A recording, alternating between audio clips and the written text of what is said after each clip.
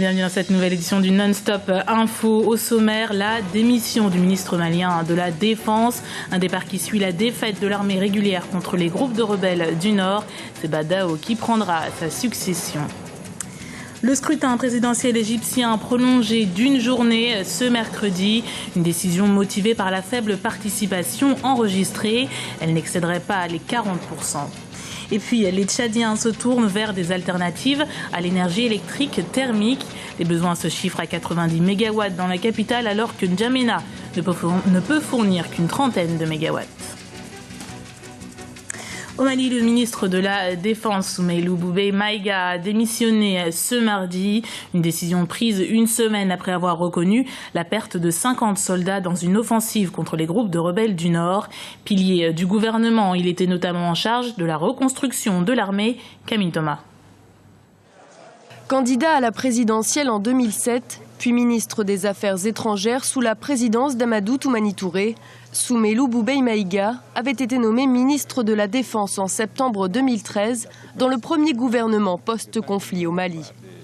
Ce mardi soir, cet homme politique d'expérience a pourtant annoncé sa démission une semaine après la défaite de l'armée à Kidal, fief de la rébellion Touareg. Le ministre malien de la Défense a présenté sa démission qui a été acceptée. Le président de la République, sur recommandation du Premier ministre, a donc nommé Badao ministre de la Défense. Mais aujourd'hui, plusieurs partis politiques réclament la démission du gouvernement tout entier, ce que refusent catégoriquement les autorités. Je pense que ce sont des débats inutiles. Et ceux qui profèrent ce genre de discours se tirent une balle dans le pied.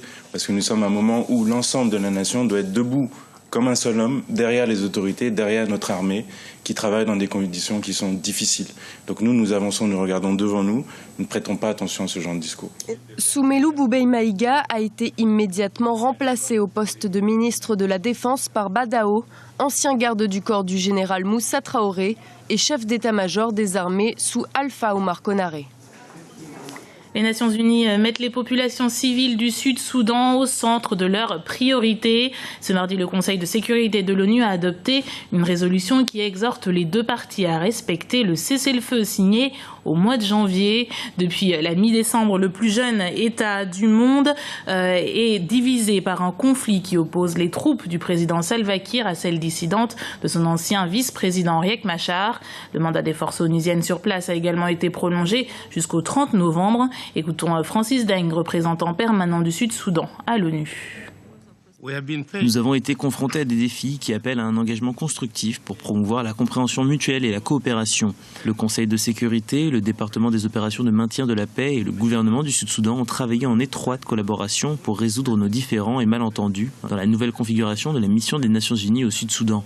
Bien que notre gouvernement ait eu quelques réserves au sujet de certains des éléments du nouveau mandat, nous espérons que nos préoccupations communes et une meilleure communication pourra renforcer notre coopération. En Égypte, le scrutin présidentiel devait s'étendre sur 2 jours. Il a été prolongé.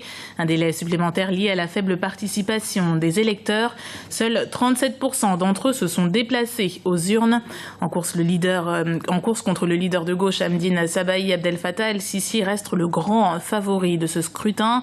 Notre éditorialiste Alfred Chango revient sur les défis qu'il aura relevés s'il est élu. Le défi est immense, notamment de la sécurité d'un côté, mais ça, il a été chef de la sécurité pendant longtemps, donc il connaît les rouages. L'armée, il tient l'armée. De ce côté-là, on peut dire, il va rétablir naturellement l'ordre. Mais c'est surtout sur le plan économique, stabiliser l'Égypte et puis redonner confiance aux partenaires extérieurs de l'Égypte, notamment le Fonds monétaire, la Banque mondiale et en particulier les États-Unis. Et les élections présidentielles en Tunisie devront, elles, se dérouler avant le 28 décembre 2014. Une échéance annoncée mardi par Shafik Sarsar, président de l'instance supérieure indépendante pour les élections. Un impératif qui devrait inciter l'exécutif à fixer une date précise et limiter les risques d'un éventuel report. Les électeurs pourront s'inscrire sur les listes électorales à partir du 23 juin. L'actualité économique, c'est le secteur de la pêche que la Mauritanie veut mettre au centre de son économie. Il contribue déjà à près de 15% des exportations du pays. Les recettes journalières à Nouakchott sont par exemple conséquentes, mais le risque de surpêche se profile. État des lieux d'un secteur vital pour l'économie nationale avec ce reportage de notre correspondant Franck Nedofina. Au port de Nouakchott cet après-midi-là, la pêche est bonne. Les eaux mauritaniennes figurent parmi les plus poissonneuses de l'Afrique de l'Ouest. Avec 754 km de côte et un plateau continental s'étalant sur 34 000 km², la pêche en Mauritanie est le deuxième secteur pourvoyeur de richesses après les mines. Sardinelles, poulpes, fruits de mer de toutes sortes, les recettes de la pêche sont chaque jour importantes. La sardinelle est sans doute le poisson le plus pêché.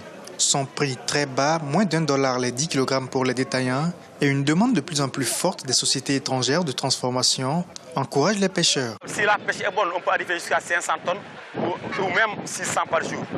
Mais parfois, si le temps n'est pas bon, comme aujourd'hui, nous arrivons à avoir 150 à 100 tonnes à 150. Près de 3700 pirogues vont chaque jour à la quête du poisson sur les côtes de Nouakchott. Chaque pirogue travaille avec un nombre bien défini de pêcheurs. Dans cette pêche, c'est une grande pirogue. C'est une pirogue à base familiale, composée de 25 parfois jusqu'à 30 membres dans la pirogue. Parce que c'est deux pirogues qui partent pêcher en même temps. Et en même temps, toutes ces personnes, à 80% sont des pères de famille ou bien des gens qui sont à l'état de se marier. Ça veut dire que c'est des gens responsables. Une main-d'œuvre très importante, des recettes de pêche très encourageantes. Mais qu'est-ce qui est fait afin d'éviter la surpêche? Il y a des arrêts biologiques qui sont décrétés 2 fois par an. Donc les bateaux arrêtent leur exploitation pendant 2 mois, les pêcheurs artisans pendant 1 mois. C'est pour permettre à l'espèce de se reconstituer, aux petites tailles de grandir. La pêche en Mauritanie contribue au budget de l'État à hauteur de 15%, soit $222 millions. Le potentiel de ce secteur a fait de lui l'un des plus grands employeurs du pays, surtout du secteur informel.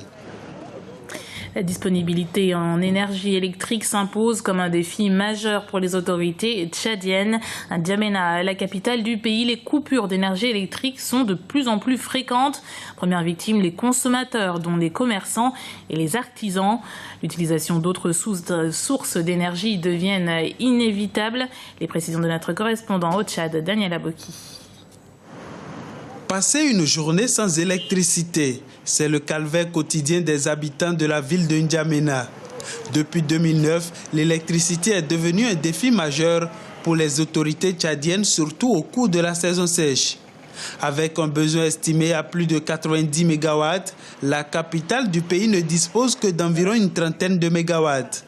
Trop peu pour répondre aux attentes des consommateurs.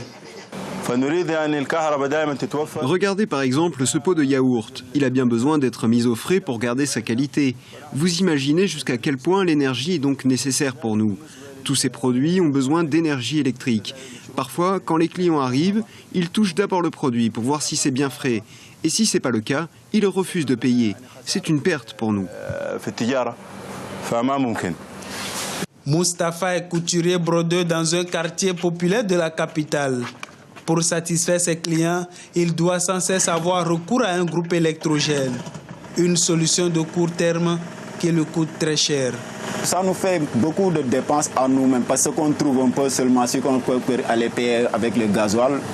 Ça ne va pas nous arranger. Et ça retarde beaucoup notre travail parce que les matériels qu'on travaille, ce n'est pas de n'importe quel matériel. Ça a besoin de courant normal, quoi. Pas avec le groupe. Le groupe, tu peux travailler, mais ce que tu travailles avec le courant, tu ne peux pas travailler avec ça, avec le groupe. Ça nous manque de beaucoup de gagnants encore. Nous, on est des perdants toujours. On aura des problèmes avec les clients. L'énergie électrique est indispensable pour le développement d'une nation. Conscients de cet enjeu, les gouvernants ont engagé de grands projets d'infrastructures énergétiques tels que la construction d'une nouvelle centrale thermique de 60 MW à N'Djamena. Ainsi, d'ici fin 2014, le pays pourrait disposer de plus de 200 MW d'énergie électrique. C'était le journal de la rédaction. Merci de l'avoir suivi. Retrouvez dans un instant une nouvelle édition du Non-Stop Info sur Africa 24.